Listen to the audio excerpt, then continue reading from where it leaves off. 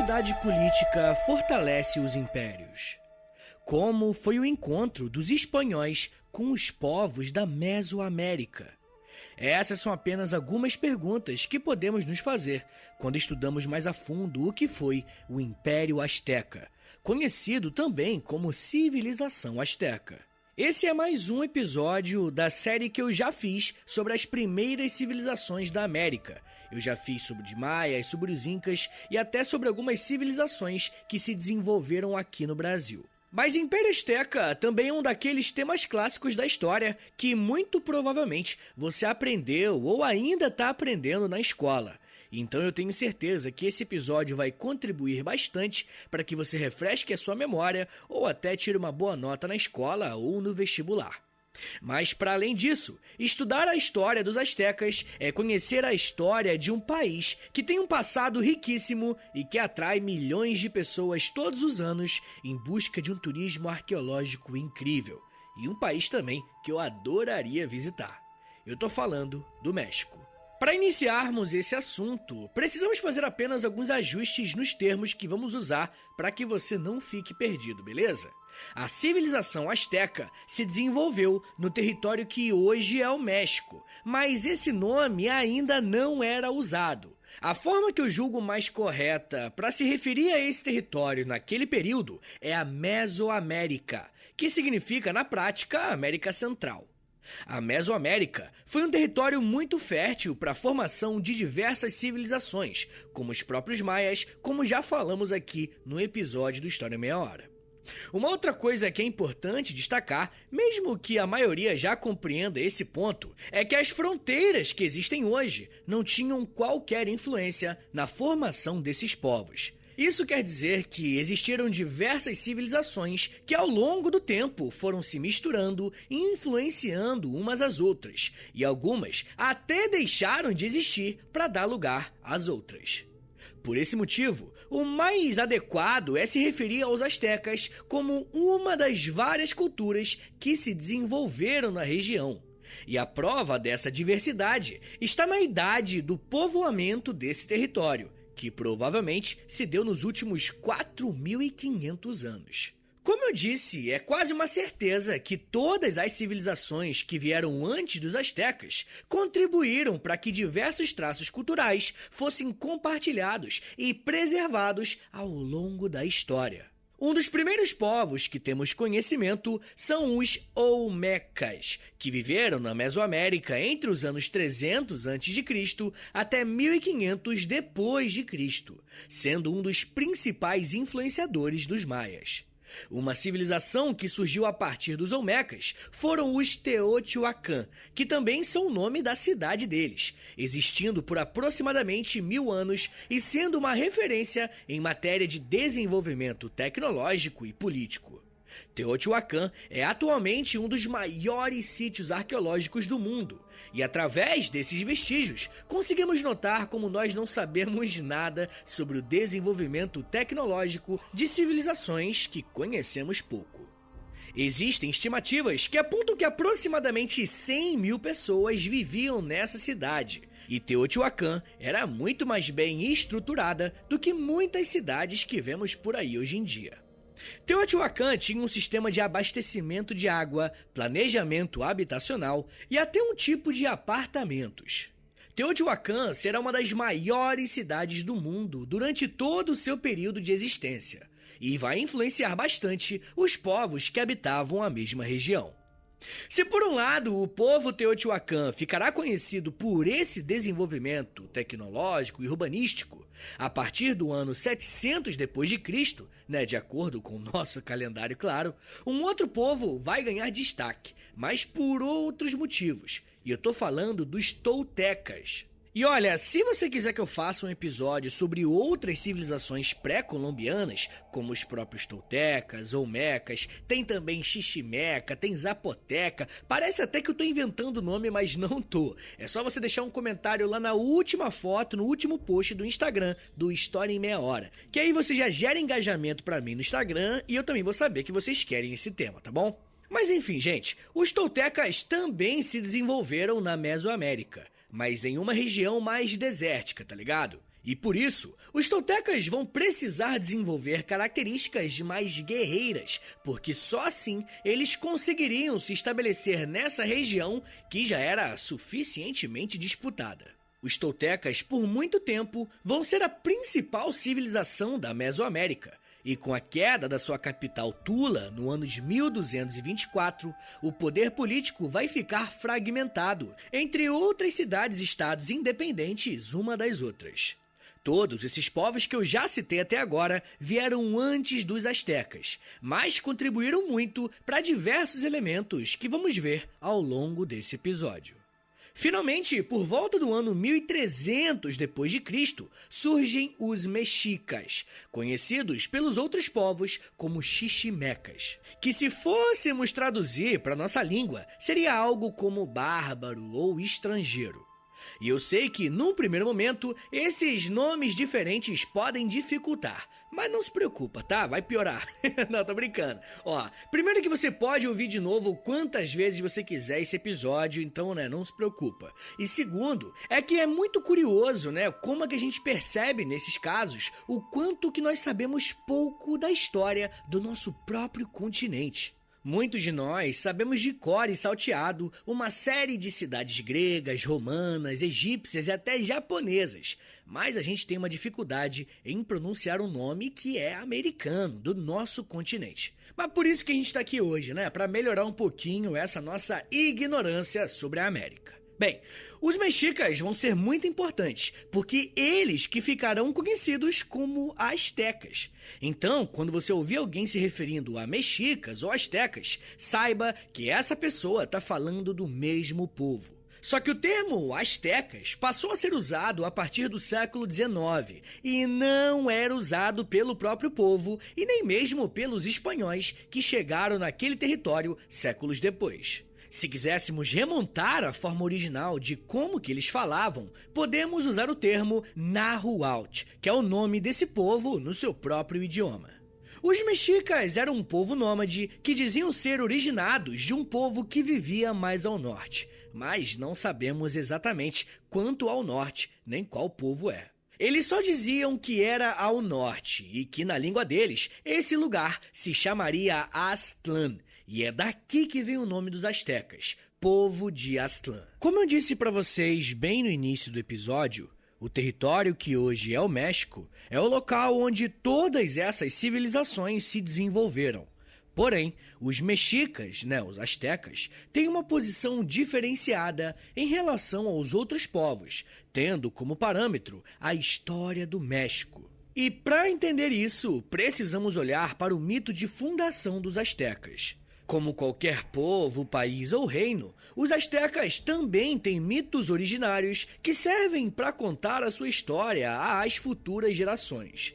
Os astecas, antes de se estabelecerem em uma cidade fixa, eram um povo que vagava pelo deserto em busca de melhores condições de moradia e de sobrevivência. Como eu falei, eles eram nômades. Porém, eles tinham uma relação muito íntima com a religiosidade animista.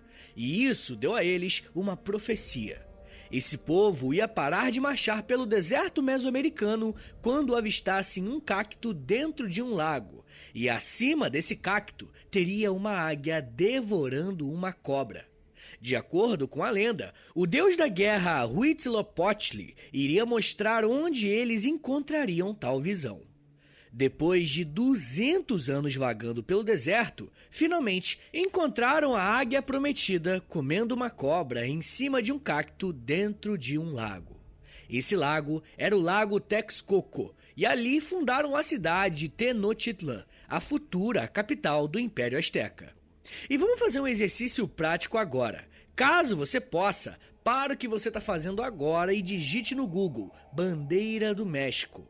O que vai aparecer é a bandeira com as cores que já conhecemos, mas o brasão central é justamente essa imagem da águia com uma serpente na boca em cima de um cacto. É sério, aquele símbolo que fica no meio, ele é meio confuso pra gente, mas ele significa isso, confere aí no Google. Mas enfim, gente, o processo de formação nacional do México moderno contempla essa história indígena mais antiga. E eles carregam isso em suas bandeiras até hoje. Esse é só um dos exemplos do porquê que é importante estudar os símbolos que compõem as nações, porque uma simples imagem pode nos contar muito sobre como determinado povo interpreta a sua própria origem. No ano de 1325, os astecas fundaram a cidade de Tenochtitlán. O primeiro líder dos astecas foi um brother chamado Acamapichtli, e eu juro que eu não estou inventando os nomes, né? São diferentes mesmo. No primeiro momento, a organização social dos astecas era até que bem simples, sendo integrada por famílias que eram lideradas por chefes, uma classe de guerreiros e agricultores que trabalhavam para alimentar a sua cidade. Mas atenção, eu não disse que eles eram um império asteca, somente astecas. E esse detalhe é importante porque nesse momento eles ainda estavam subordinados a um povo chamado tepanecas. Como eu disse no bloco anterior, com a queda dos toltecas, o poder político ficou descentralizado e, com isso, várias pequenas cidades-estados surgiram. Caso vocês não saibam, quando nos referimos a uma cidade-estado, estamos falando de um conjunto de cidades próximas que tem algum tipo de relação histórica ou cultural, mas politicamente elas são independentes uma das outras. Cada cidade criava as suas próprias regras e costumes. E o fato de existir essa descentralização significava que povos que eram mais fortes tinham a oportunidade de subjugarem civilizações menores e mais fracas. E era justamente isso que estava acontecendo com os astecas, estando subordinados aos tepanecas. Mas essa relação foi mantida por aproximadamente 90 anos. Os movimentos seguintes dos astecas foram muito importantes para fazer deles não só uma grande nação, mas também um império forte e gigantesco. Por volta do ano 1434, os astecas propuseram criar uma aliança com outras duas cidades-estados, Texcoco e Tlacopan. Essa aliança entre as três cidades ficaria conhecida como a Tríplice Aliança e teria como principal objetivo unirem forças para se tornarem uma grande potência na Mesoamérica. Mas o primeiro objetivo era vencer os tepanecas para que assim pudessem ter a liberdade e uma oportunidade para se expandirem. A Tríplice Aliança saiu vencedora e Tenochtitlán se tornou a capital desse novo império que estava se formando. E eu já falei algumas vezes no História em Meia Hora, mas não custa repetir. Um império tem uma característica, ele está sempre buscando a expansão. Então, quando falamos em um Império Asteca, estamos nos referindo a essa aliança formada entre as três cidades-estados e que começaram uma campanha massiva de expansionismo e de conquista de outros territórios. Com o passar dos anos, a partir de 1434, o Império Asteca conseguiu dominar quase todos os povos de boa parte da Mesoamérica, mas mantendo as lideranças locais como súditos desse grande novo império. A forma que a capital tinha de manter as relações com as outras cidades conquistadas era através do pagamento de impostos. Além disso, eles também tinham a entrega de homens para compor o exército asteca. Em caso de alguma guerra ou de expansão, eles poderiam contar com esses homens. Mas olha só, temos que tomar cuidado. Normalmente, muitas pessoas acham que todos esses povos que passaram a integrar o Império Asteca era meio que o mesmo povo, e não é verdade. Quem explica isso muito bem é o historiador Jorge Luiz Ferreira, ao dizer que, abre aspas, a Confederação Asteca passou a formar uma rede de dominação poderosíssima, que se estendeu de costa a costa da Mesoamérica, dominando e tributando a maioria dos povos da região. Falar em Império Asteca é falar em uma homogeneidade de uma etnia, a Nahuatl, que nem sempre foi aceita facilmente. Fecha aspas. O que o professor Jorge está falando aqui, gente, é que os astecas sim conquistaram outros povos menores. Mas isso não fez do Império Asteca algo completamente coeso, sem fissuras ou conflitos. Essa informação é muito importante e eu preciso que você guarde esse dado, porque enquanto o Império Asteca está se desenvolvendo e crescendo, pouco tempo depois começou um processo na Europa que transformou completamente os planos do Imperador Asteca. Eu estou falando das grandes navegações e a chegada dos europeus na América. Eu ainda vou falar mais sobre as características do Império Azteca e como que eles estavam quando os europeus chegaram por aqui. Mas me dá um minutinho aí, tá, gente? Que daqui a pouco a gente volta e eu falo um pouco mais sobre alianças, trairagem, massacre, doenças, cartas e genocídio. Segura aí, que é um minutinho só.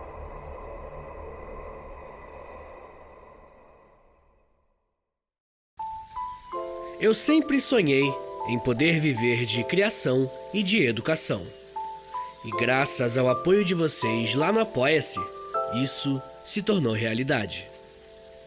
Entre em apoia.se/História em Meia Hora, que com 10, 20 ou 30 reais por mês, você não só contribui para esse trabalho continuar acontecendo, como também recebe recompensas exclusivas para os apoiadores. Com 10, você tem acesso a um podcast semanal exclusivo. Eu me aprofundo em um tema de um dos episódios da semana e envio diretamente para o seu e-mail através do Apoia-se. Já tem mais de 70 episódios por lá e você vai receber acesso a todos eles. Além do podcast exclusivo, com 20 reais, você também recebe acesso ao nosso Clube do Livro. Todo mês nós lemos um livro sobre história e conversamos no grupo do Telegram. E depois de 30 dias, fazemos uma call no Zoom para compartilharmos as nossas impressões.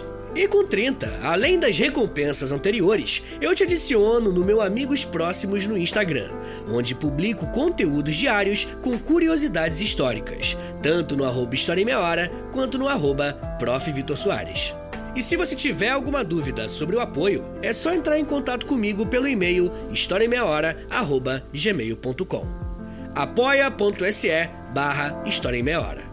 É apoia.se/História em Meia Hora. Valeu, gente!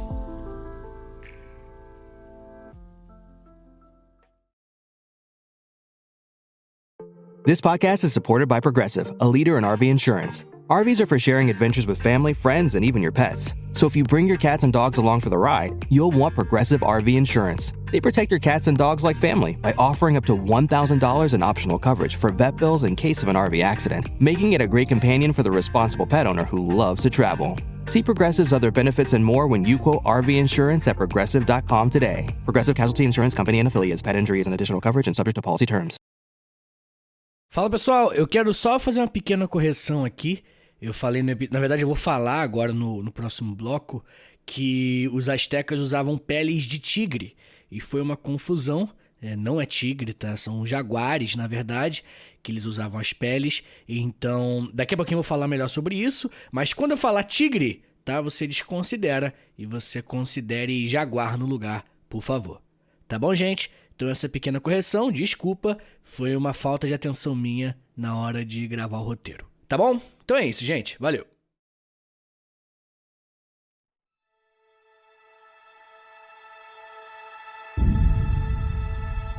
Abre aspas. Antes do amanhecer do dia seguinte, tornei a sair com cavalos, peões e índios, e queimei 10 povoados, onde havia mais de 3.000 casas.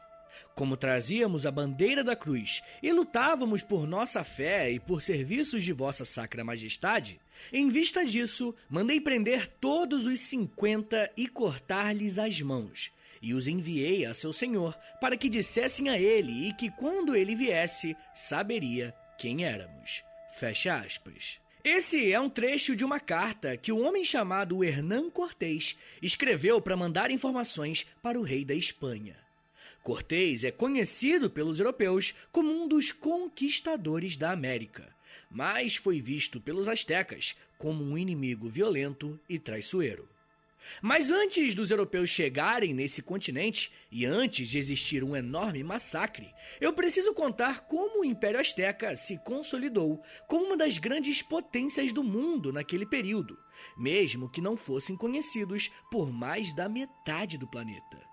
Socialmente, podemos dizer que o Império Azteca era um império bastante estratificado, ou seja, as camadas sociais eram muito bem delimitadas e as funções nela existentes também funcionavam de uma forma bem eficiente. Uma notória diferenciação que os astecas faziam da sua população era em relação a direitos, privilégios e até roupas. Ou seja, dependendo da classe social que você fosse, você teria um determinado tipo de vestimenta e relação com a justiça e com os direitos. A base da sociedade asteca, como na maioria das sociedades ao redor do mundo, tinha na sua base os camponeses trabalhadores. Esses camponeses eram conhecidos como Macehualtin e tinham na sua terra a sua principal fonte de sustento e também de trabalho. Esses camponeses usufruíam das terras que pertenciam ao imperador e, por isso, tinham que pagar impostos ao Estado para a manutenção desse tipo de relação entre os indivíduos e o seu governante. Mas mesmo existindo uma grande massa de camponeses, a sociedade asteca também tinha o trabalho escravo. Mais um tipo de trabalho escravo bem diferente do que estamos mais acostumados a ver em países como o Brasil e os Estados Unidos. Os escravos astecas eram chamados de tlacotin, e eles não nasciam escravos, mas se tornavam escravos. Isso quer dizer que a escravidão no Império Azteca estava ligada com o pagamento de algum tipo de dívida, derrota de guerra ou algum tipo de decisão judicial proferida pelas autoridades locais ou pelo próprio imperador. Uma coisa interessante sobre esse tipo de escravidão é que essa pessoa que estivesse nessa condição poderia ter acesso a terras e a constituir uma família. Um outro grupo social bem importante na sociedade asteca são os guerreiros. E bom, se estamos falando de um império que está buscando a expansão e com isso conquistando territórios de outros povos, dá para imaginar que os guerreiros que fazem esse trabalho têm uma relevância social considerável, né? Mas o mais maneiro é que, além deles terem essa relevância, como eu falei, os guerreiros astecas também usavam em batalhas um traje especial. Os Cuauhtémoc, ou apenas ocelotes, eles usavam uma pele de tigre para demonstrar o quão fortes eles eram. E, gente, só um comentário aqui rapidinho. Eu tô pronunciando essas palavras de acordo com a forma que eu leio, tá bom? A pronúncia dos astecas, dessas palavras, provavelmente era bem diferente. Mas enfim, esses homens faziam parte de uma espécie de elite militar. E para fazer parte desse grupo e ter o direito de usar uma vestimenta como essa, você tinha que ter passado por muitas batalhas e ter demonstrado bravura em todas elas. Enfim, gente, quanto maior uma cidade-estado, provavelmente mais complexa ela é. E isso se torna uma realidade quando estudamos mais a fundo as diferentes manifestações sociais da sociedade asteca. Além de todos esses grupos que eu já citei que sustentam com o trabalho a sociedade asteca, vemos também que existe uma elite que, obviamente, são bem menos pessoas. De acordo com o historiador Nicholas J. Saunders, aproximadamente 10% da população asteca compunha essa nobreza que estamos citando. Esse era o único grupo social que estava abaixo do imperador, seja em importância política ou em direitos. E, finalmente, no topo da pirâmide temos o imperador e a sua família. E uma coisa muito interessante sobre a figura do imperador é que, mesmo tendo tantos privilégios, ele ainda precisava mostrar que poderia governar o império. Quem explica isso muito bem é o professor Daniel Neves ao dizer que, abre aspas, no topo da pirâmide social estava o imperador, chamado de Hueytlatoani. Ele era considerado um representante do deus supremo dos astecas, o Tezcatlipoca. Os imperadores astecas viviam em uma condição extremamente luxuosa, mas também eram obrigados a prestar oferendas de sangue aos deuses e deveriam demonstrar as suas habilidades como guerreiros. Fecha aspas. Você consegue perceber como que é interessante o fato dessa sociedade guerreira incentivar que todas as camadas da sociedade mantenham essa característica? Bom, esse relato do professor Daniel, ele é muito interessante porque fala também que o imperador asteca precisava oferecer sacrifícios aos deuses. E esse ponto é muito importante de pontuarmos. Um dos elementos que as pessoas mais se lembram quando falam dos astecas é sobre a sua religiosidade, principalmente a questão dos sacrifícios. Na religião asteca, era um hábito oferecer sacrifícios aos deuses. E até aqui, nada de novo. Os judeus também ofereciam sacrifícios de animais como perdão de pecados. A parada é que os astecas tinham um costume também de sacrificar pessoas, em alguns casos, para as suas divindades. Para eles, o sacrifício era tão importante que era através desse ato que o sol, chamado por eles de Tonatiuh, se mantinha no céu. De acordo com os astecas, o sacrifício humano alegrava os deuses e assim eles mantinham o sol brilhando. Mas se a coisa ficou pesada, piora um pouco, porque o foco do sacrifício era uma parte específica do corpo da vítima, o coração. Pois é, os astecas, em alguns rituais religiosos, sacrificavam uma pessoa e retiravam o seu coração como uma oferenda aos deuses para que o sol continuasse brilhando. Esse é mais um exemplo que deixa claro como todos os povos mesoamericanos tinham algum tipo de relação cultural e religiosa entre si. Os astecas não foram os primeiros a apresentar algum tipo de sacrifício envolvendo a retirada do coração das pessoas. Os toltecas já tinham essa prática muito bem enraizada em vários dos seus atos religiosos. Mas assim, não é como se todo dia rolasse um sacrifício do coração de um brother não, tá bom? Mas acontecia, é um fato. Mas os astecas faziam esse sacrifício tomando como base a sua própria mitologia, onde conta que o deus Quetzalcoatl ofereceu o próprio coração em um ato de auto-sacrifício pelo seu povo. Dessa forma, o sacrifício de corações seria uma forma de retribuir o favor.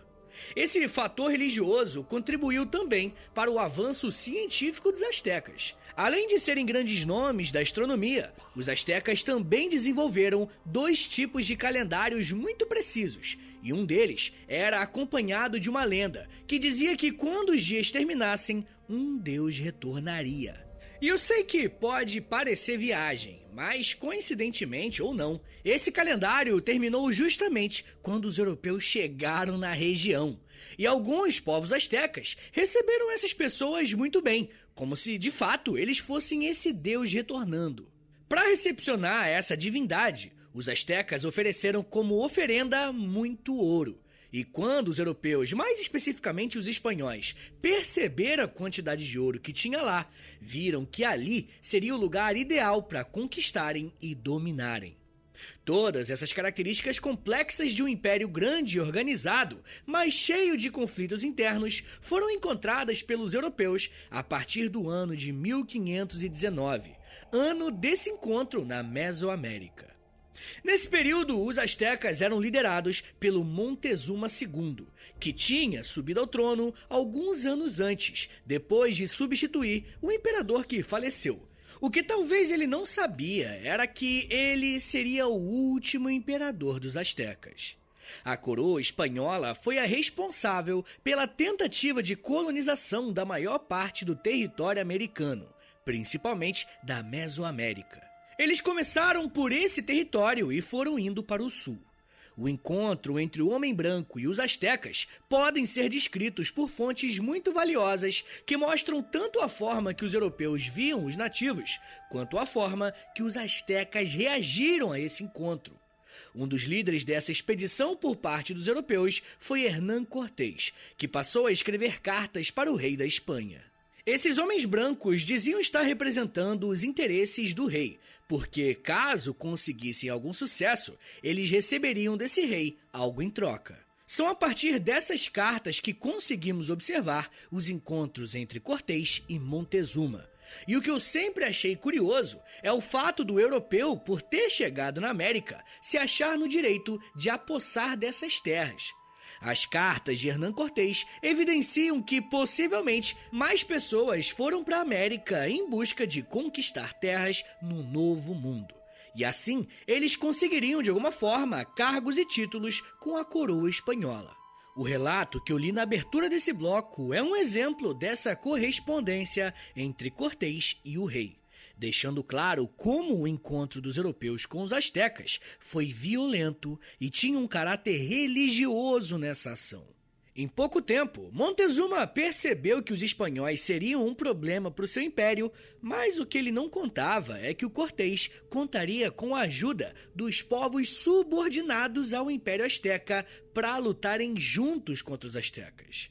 Nesse momento, muita gente pensa, né? Pô, Vitão, mas os caras não perceberam que os espanhóis eram brancos, que eles vieram da Europa, que ia matar geral? Pô, molecada, temos que pensar que os povos faziam alianças de acordo com os interesses do momento, e os povos que eram dominados pelos mexicas viram numa aliança com os espanhóis uma oportunidade de se libertarem desse jugo.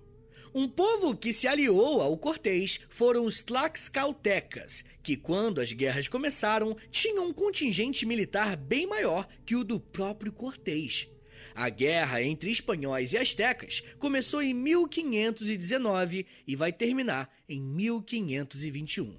Pô, Vitão, você não falou que os astecas eram tão desenvolvidos? Por que eles perderam tão rápido então? Olha, em primeiro lugar, eles eram sim muito desenvolvidos. O próprio Cortés afirmou em uma carta, abre aspas, considerando ser esta gente bárbara e tão apartada do conhecimento de Deus, é de se admirar ao ver como tem todas essas coisas, fecha aspas. Mas o que os astecas não tinham contra os espanhóis para se defender era um sistema imunológico capaz de segurar as doenças vindas da Europa. Sim, hoje é quase um consenso entre os historiadores que, além das guerras travadas em batalha, os espanhóis conseguiram derrotar os nativos depois que a varíola, gripe, sarampo e coqueluche infectaram e enfraqueceram os astecas. Com o enfraquecimento, foi muito mais fácil para os espanhóis simplesmente exterminarem os seus inimigos. Montezuma até se entregou para tentar negociar uma rendição, mas não adiantou e foi morto. Quem assumiu o controle do império no seu lugar foi o seu sobrinho, Cuauhtémoc, que aos 23 anos foi capturado pelos espanhóis e torturado até a morte. A capital do império, Tenochtitlán, foi invadida e dominada em 1521, colocando fim ao Império Azteca. Esse relato do Império Azteca, da queda do Império, é muito triste e, de certa forma, até pesado. Porém, eu queria finalizar o episódio de hoje, mais uma vez, com as palavras do grande professor Jorge Luiz Ferreira, dizendo que, abre aspas, às vésperas da conquista, a população da Mesoamérica era de aproximadamente 25 milhões de pessoas. Em 1600, menos de 100 anos depois, cai para 1 milhão. Se a palavra genocídio pode ser usada com extrema precisão, este é o caso. Fecha aspas.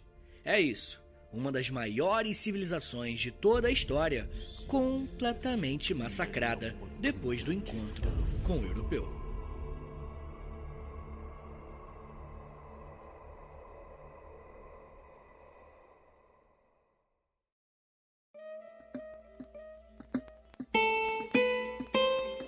Senhores, muito obrigado por terem vindo até aqui. Meu nome é Vitor Soares, eu sou professor de História e você acabou de ouvir o História em Meia Hora. Esse tema é muito importante para prova, né? Para vestibular, na escola mesmo, mas nem todo mundo conhece com profundidade esse tema. Então me ajuda aí, compartilha esse episódio com a rapaziada para você ajudar o História em Meia Hora, demorou? Posta lá nos stories e me marca lá, @História em Meia Hora, ou posta no Twitter também e me marca @H30podcast, beleza? Mas rapaziada, não se esqueça que a melhor forma de você ajudar o História em Meia Hora, a melhor forma de você fazer com que esse podcast dure muito mais tempo, é assinando o nosso Apoia-se, beleza? Não esquece, apoia.se/História em Meia Hora, que você vai ter acesso a conteúdo exclusivo, Clube do Livro, enfim, tem um monte de coisa, entra lá. E uma coisa importante, se você não quiser, né, botar cartão de crédito, quiser dar uma ajuda única, né, uma ajuda esporádica, Vitão, quer te dar uma ajudinha só, você pode mandar um Pix pra nós, pra ajudar o nosso trabalho, tá bom? Anota aí o Pix e o contato, é historiaemmeiahora@gmail.com, tá bom, gente? Não se esqueça, se você quer ver mais Vitinho na sua semana ainda, eu tenho outros podcasts, eu tenho História pros Brother, que é de história, né, tá no nome, mas é de humor também, é outra pegada. E toda sexta-feira eu lanço um podcast com a revista Aventuras na História, tá bom? Joga aí no seu player, qualquer um que você usa aí, não sei, Spotify. Uma coisa importante, se você usa Spotify, bota aí 5 estrelinhas pra nós, pô, quebra esse galho aí, dá 5 estrelinhas que é muito importante, clique em seguir, também tem esse negócio aí, mas se você tiver em outra plataforma, clica aí no verbo que for, né? Se inscrever, seguir, algum tem sininho, né? Sempre tem uns sininhos, paradas assim, né? Mas é isso, gente, tá bom? Muito obrigado, um beijo, até semana que vem! E valeu!